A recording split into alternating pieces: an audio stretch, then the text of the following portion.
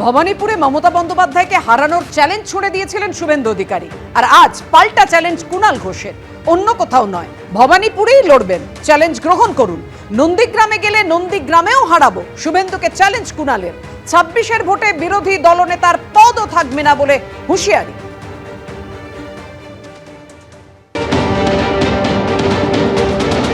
বিরোধী দলনেতা যদি ভবানীপুরে লড়তে আসেন, জামানত জব্দ করে বাড়ি পাঠাবো, জামানত জব্দ করে বাড়ি পাঠাবো। চ্যালেঞ্জ অ্যাকসেপ্ট করুন, অন্য কোথাও লড়বেন না, শুধু ভবানীপুরে লড়বেন। চ্যালেঞ্জ অ্যাকসেপ্ট করুন, জামানত জব্দ করে বাড়ি পাঠাবো শুভেন্দু অধিকারী। আর যদি নন্দীগ্রামে দাঁড়ান, নন্দীগ্রামে এবার হারাবো। তৃণমূল চ্যালেঞ্জ করে বলছে 2026 সালের বিধানসভা নির্বাচন, সর্বভারতীয় তৃণমূল কংগ্রেস চ্যালেঞ্জ করে বলছে 2026 সালের বিধানসভা নির্বাচন চতুর্থবারের জন্য মুখ্যমন্ত্রী হিসেবে শপথ নেবেন মমতা বন্দ্যোপাধ্যায় এই ভবানীপুর কেন্দ্র থেকে জিতে এসে।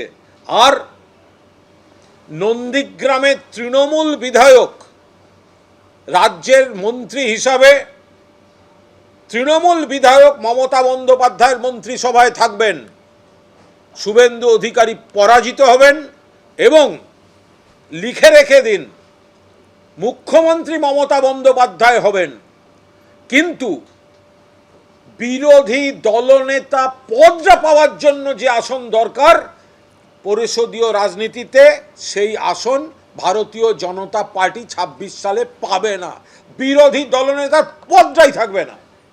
মুখ্যমন্ত্রী থাকবেন, মমতা ব্যানার্জি থাকবেন, বিরোধী দলনেতার পদও থাকবে না, নন্দীগ্রামের বিধায়ক শুভেন্দু অধিকারীও থাকবেন না। আমরা চ্যালেঞ্জ করে বলছি। আর গতকাল শুভেন্দু অধিকারীর যে চ্যালেঞ্জের পাল্টা আজকে এই চ্যালেঞ্জ ছুড়লেন কুণাল ঘোষ। গতকাল ঠিক কি বলেছিলেন তিনি, রাখবো আপনাদের সামনে। নন্দীগ্রামে 65% হিন্দু আমাকে ভোট দিয়েছে, আর 100% মুসলিম আপনাকে ভোট দিয়েছে। আমি আপনাকে হারিয়েছি 1956 ভোট। আপনি ভবানীপুরেও হারবেন। ভবানীপুরেরও হিন্দুদেরকে আমরা ঐক্যবদ্ধ করে আপনাকে আমরা হারাবো।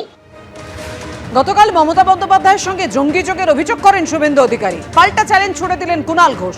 জঙ্গি যোগের প্রমাণ দিতে বিরোধী দলনেতাকে 48 ঘন্টার সময়, প্রমাণ দিতে না পারলে হাঁটু গেড়ে ক্ষমা চাইতে হবে, হুঙ্কার কুণাল ঘোষের।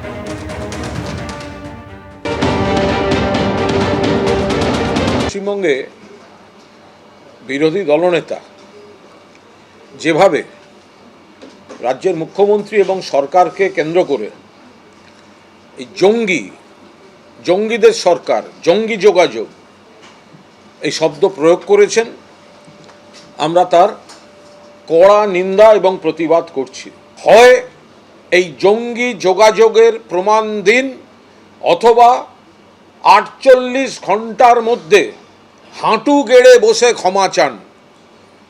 মমতা ব্যানার্জির সঙ্গে জঙ্গি যোগাযোগ, মমতা সরকারের সঙ্গে জঙ্গি যোগাযোগ, এই যে চরম কুৎসা, চরম অবমাননাকর, উদ্দেশ্য প্রণোদিত, ইঙ্গিতবাহী বিবৃতি বিরোধী দলনেতা শুভেন্দু অধিকারী দিয়েছেন, সর্বভারতীয় তৃণমূল কংগ্রেসের তরফ থেকে স্পষ্টভাবে বলছি, হয় প্রমাণ দিন, নইলে 48 ঘন্টার মধ্যে হাঁটু গেড়ে বসে ক্ষমা চান।